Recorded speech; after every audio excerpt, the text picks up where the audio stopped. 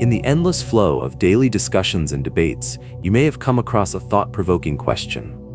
What truly drives these arguments? Why do those who exude confidence, strength, and decisiveness often avoid prolonged, never-ending disputes?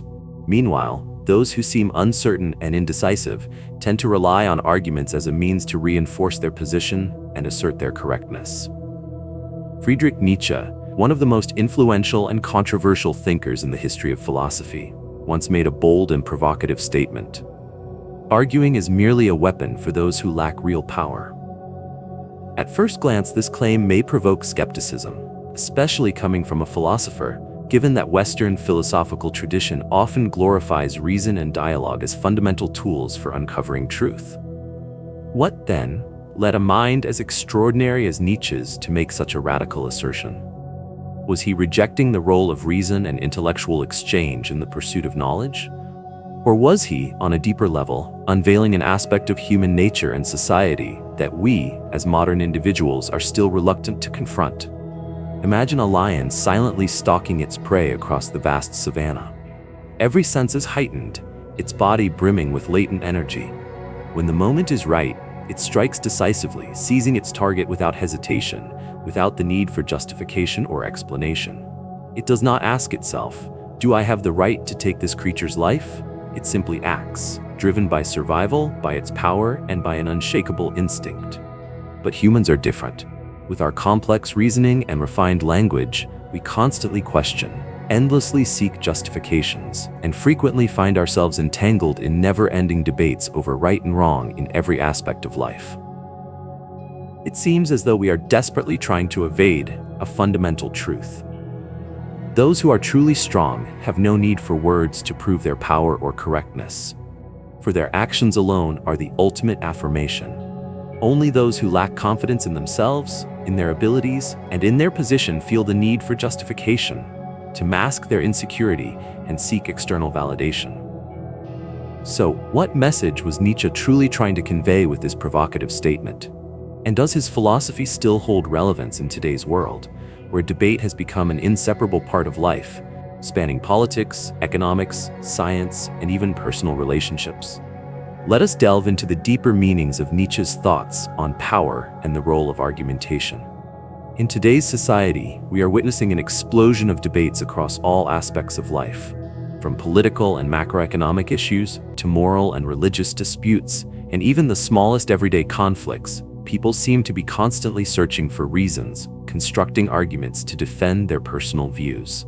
Social media platforms, online forums, television programs, and countless daily conversations have become arenas of language where everyone strives to prove themselves right and their opponents wrong. However, Nietzsche poses a challenging question. Is mastery in argumentation, the ability to use sharp language to persuade others, truly a sign of strength? Or, at a deeper level, is it merely a manifestation of hidden weakness, a way to mask our insecurities and personal limitations? With his sharp intellect and bold approach to philosophical inquiry, Nietzsche offers a radically different perspective, one that forces us to reconsider the true value of argumentation. He argues that excessive emphasis on debate and the pursuit of consensus through reasoning is, in reality, a symptom of a lack of real power, an inability to assert oneself directly and effectively. Why would Nietzsche, a philosopher, someone who, by conventional wisdom, should be a staunch advocate of reason and debate, take such a critical stance against them? Was he attempting to reject the entire foundation of Western philosophy, which has long been built upon dialogue, critical thinking, and the use of rational discourse to attain truth? Or, at a deeper level, was he exposing a truth that modern society continues to evade? That real strength does not lie in the ability to craft eloquent arguments or construct logical defenses, but in the capacity for decisive action, in the ability to assert oneself powerfully and without the need for justification. To fully grasp Nietzsche's perspective, we must revisit the history of philosophy, particularly the role of Socrates, who is regarded as the father of dialectical reasoning. Socrates used rationality as a tool to challenge widely accepted beliefs and values in ancient Greek society.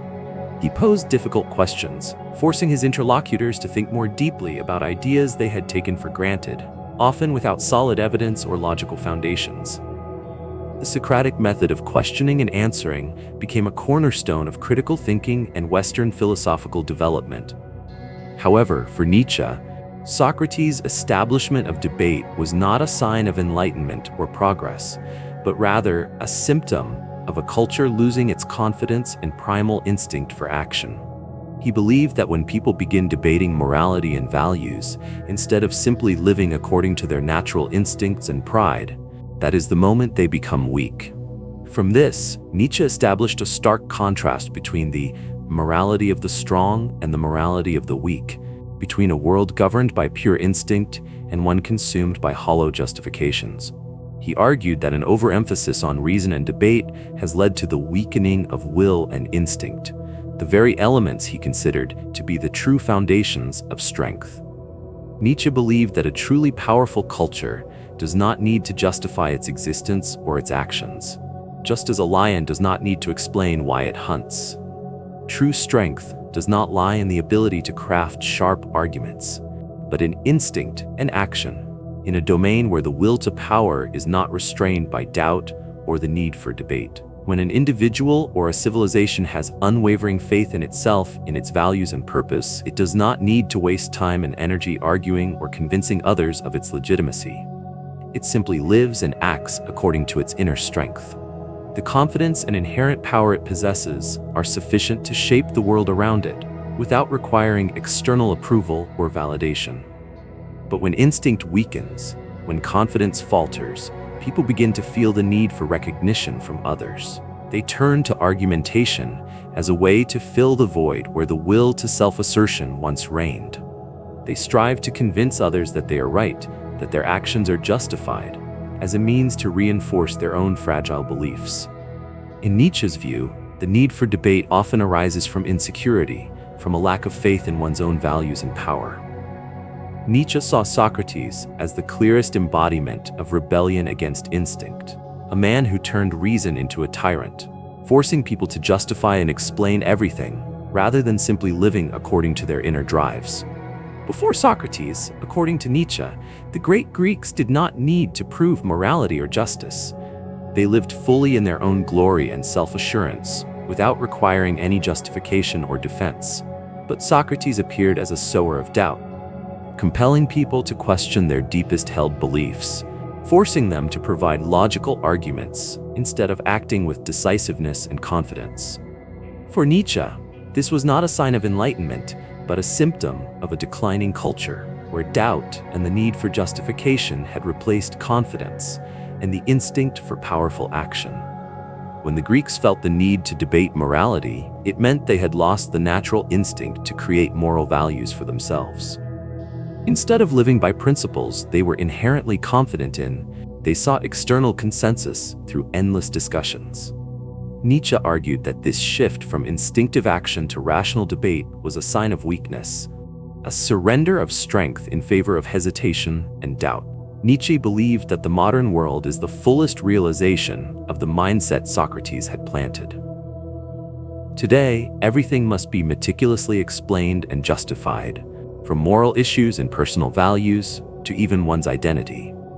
We live in a society where every action, every decision must be scrutinized and judged by others, and we feel the need to have solid reasons to defend them. The obsession with seeking rational legitimacy for everything has become one of the defining traits of our era. But does this truly make us stronger, or does it merely turn humans into beings who are perpetually uncertain, constantly doubting themselves, and always seeking validation from external ideals and value systems? When Nietzsche declared that we are trapped in the vicious cycle of slave morality, he was not merely referring to religion or traditional moral systems. He was exposing a deeper truth. Modern humans have lost the instinct to act autonomously and without justification. They no longer dare to live as creators, to define their own values. Instead, they argue, persuade, and wait for a justification strong enough to grant them the right to exist and be accepted. Nietzsche believed that dependence on reason and the need for justification had stifled the growth of individual will and personal strength. To illustrate this point, Nietzsche referenced the dialogue between Athens and Melos during the Peloponnesian War. When Athens, a dominant military power, confronted Melos, a small and vulnerable island, they did not offer grand justifications or moral reasoning. Instead, they plainly stated a brutal truth: the strong do what they can and the weak suffer what they must. Melos, in desperation, attempted to invoke principles of morality, justice, and noble ideals to persuade Athens not to invade them. But to the strong, these arguments were meaningless platitudes, mere illusions used by the weak to mask their own powerlessness. The outcome was inevitable. There was no compromise, no mercy. Only pure strength determined the fate of the defeated. This is the fundamental contrast between the morality of the strong and the morality of the weak that Nietzsche identified, an opposition not only rooted in history, but one that continues to haunt modern civilization. In a world where power is the decisive force, moral arguments and appeals to justice often become irrelevant when faced with willpower and decisive action. The strong do not need justification for their actions. They act simply because they can, because they want to, and because they feel no need for external moral systems to validate their power and will. The morality of the strong is one of self-assertion, instinct, and inner strength. It is not bound by imposed ideals or external moral rules. The strong create their own values and live by them with confidence and without regret. In contrast, the weak seek moral frameworks to protect themselves, to disguise their helplessness in a world where power is often the ultimate law. They glorify values such as sacrifice, altruism, and compassion, constructing ideals of justice and equality as a way to neutralize the power gap that they themselves cannot overcome. They require justifications and rationalizations to convince themselves that the world must operate under fair and reasonable principles. But in reality, as Nietzsche argues, it does not. In a world where the will to power reigns supreme, justice does not exist outside of strength. The moral arguments and ethical appeals of the weak are often nothing more than futile attempts to resist this brutal reality. Modern humans seem to be gradually losing the courage to act naturally, instinctively, without the need for justification or permission.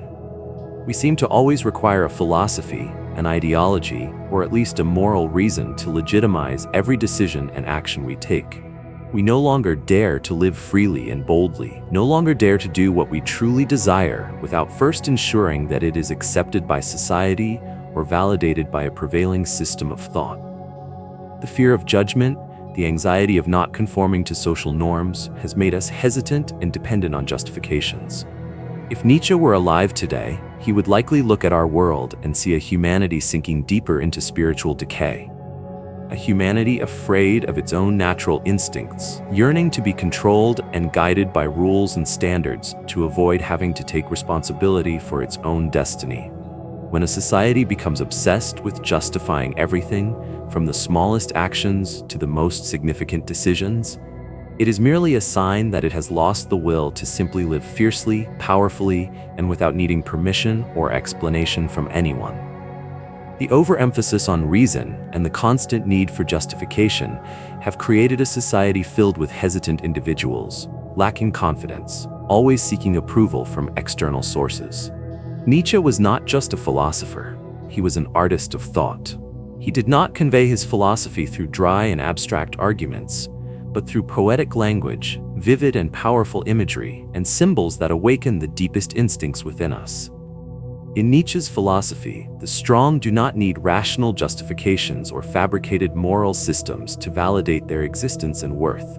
Their strength is self-evident, just as a lion hunts without questioning its right to do so. Or as Alexander the Great marched into Persia not for some grand moral reason, but simply because it was the ambition of a true conqueror. These are not just historical images, but eternal symbols of the Ubermensch spirit, the human being who dares to live and shape their own destiny without seeking recognition or permission from any external force. They act based on their will and inner strength, unshackled by traditional moral constraints or societal expectations. Nietzsche's ideas can be understood not only through philosophy, but also through their expressions in art. Consider the figure of Prometheus in Greek mythology, who dared to steal fire from the gods on Mount Olympus, defying divine punishment to bring light and knowledge to humanity. In Nietzsche's eyes, Prometheus was not a sinner, but the ultimate symbol of creativity, self-assertion, and the will to transcend limitations. Conversely, figures like Jesus on the cross become symbols of submission, of slave morality, where humans bow down to suffering and wait for salvation from a supernatural force instead of rising up and seizing their fate with their own hands. Nietzsche saw submission and compassion, within the framework of slave morality, as manifestations of weakness, in stark contrast to self-mastery and the powerful will of the strong. Looking at the history of art, we can also see this profound opposition. Michelangelo's statue of David is not just a magnificent sculpture, but a powerful statement about the strength and beauty of the individual. David stands tall, with a robust physique, a determined and confident gaze, needing no justification for his existence and value. In contrast, we can observe the works of Van Gogh, where chaotic, swirling brushstrokes reflect a mind torn between reason and instinct, between the desire for freedom and the mental chains he imposed upon himself. Could this also represent the state of modern humanity, a being shackled by self-imposed moral rules, trapped in the fear of its own existential void? Nietzsche would argue that only when we dare to discard all justifications, only when we create our own values instead of clinging to pre-existing ones, do we truly live as strong and free beings. Creativity and the ability to define oneself are the core characteristics of the Ubermensch spirit. Modern society has created a deeply conflicted human being, a being torn between natural instincts and the impositions of artificial moral codes. Psychology today, instead of merely serving as a tool to understand the complexities of the human soul, has at times become a massive apparatus that helps individuals justify their own weaknesses. Feelings of anxiety, depression, and existential confusion are no longer seen as signs of a decaying spirit, but rather have been legitimized as disorders that must be treated with medication and therapy.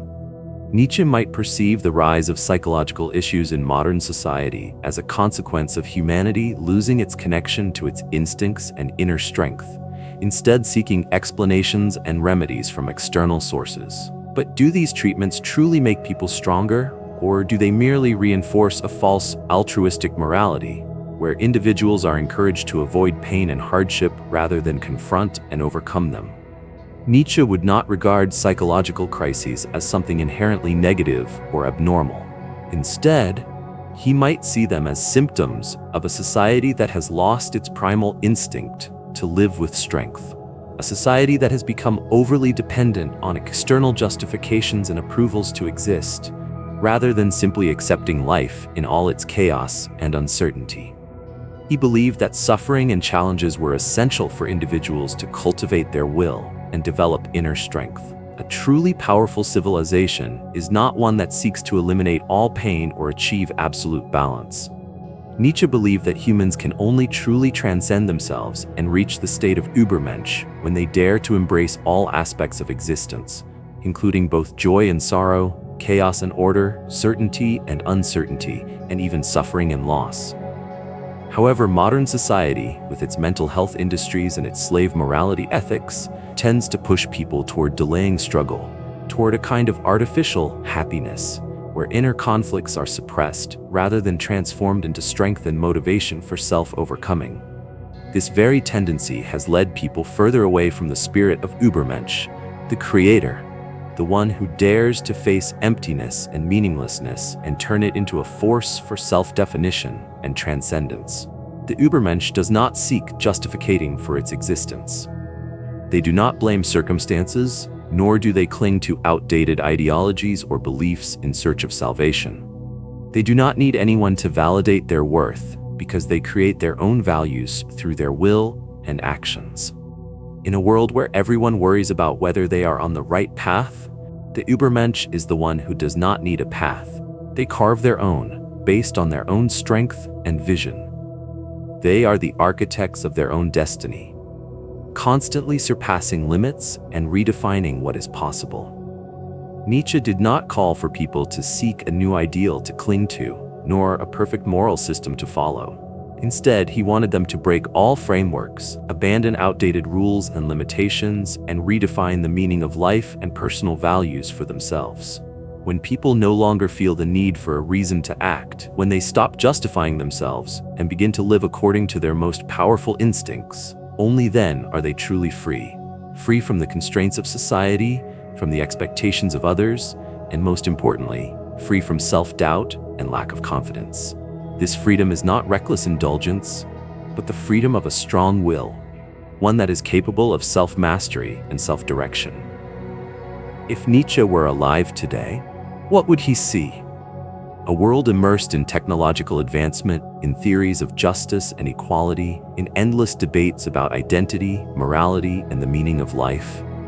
Or would he see a world where humans are increasingly detached from their most primal instincts, imprisoning themselves within ideologies and rules created by the weak to restrain the growth of the strong?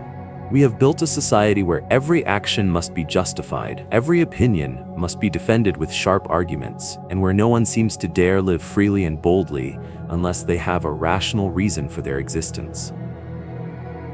Nietzsche would likely perceive this obsession with reasoning and justification as a sign of weakened will and a lack of self-confidence. But Nietzsche is not interested in justifications. He does not seek an all-encompassing ideal for humanity. He poses only one challenging question: who among you has the courage to live as the strong? Who dares to transcend their own limitations, create new values, and affirm their existence without seeking permission or justification? He calls on each individual to take full responsibility for their own life, to create their own values and meaning, rather than searching for them from external sources. The future, according to Nietzsche, does not belong to those who remain trapped in endless debates, nor to those who are too busy proving themselves right instead of simply living in alignment with their true nature and potential. This world will not belong to those who wait for approval, nor to those who fear the judgment of society. It will belong only to those who know they do not need justification to exist, to those who dare to create their own values, to those who do not beg for recognition, but impose their presence upon the world through their inner strength and unshakable will. Nietzsche would not tell us to read more books, to engage in more philosophical debates, or to search for some ultimate truth. Instead, he would tell us to look within, to awaken our strongest instincts, and to take action. He would tell us to live like a lion, to stop asking meaningless questions, and start affirming our existence with power and decisiveness. He would tell us to listen to the call of our will, to the deepest desires within us, and to dare to live according to what our heart and instincts dictate. If you truly want to exist as an independent and self-determined being, if you truly want to reach the state of Ubermensch, stop justifying and start forging your own path. Cast off the invisible chains of slave morality, abandon the fear of judgment, and establish new values based on your will and strength. Remember, true power is not found in winning an argument. It is found in the ability to shape your own life according to your will and desires. The future does not belong to the weak, to those who merely argue and seek approval. It belongs to those who dare to live fully, to those who affirm themselves without needing justification. If you agree with Nietzsche, if you want to go beyond empty reasoning and step into the journey of self-assertion, remember that real strength lies in action, not in debate. Live like the strong and let your actions speak for themselves. Enjoyed the video? Thank you for watching. Don't forget to like and subscribe to stay updated.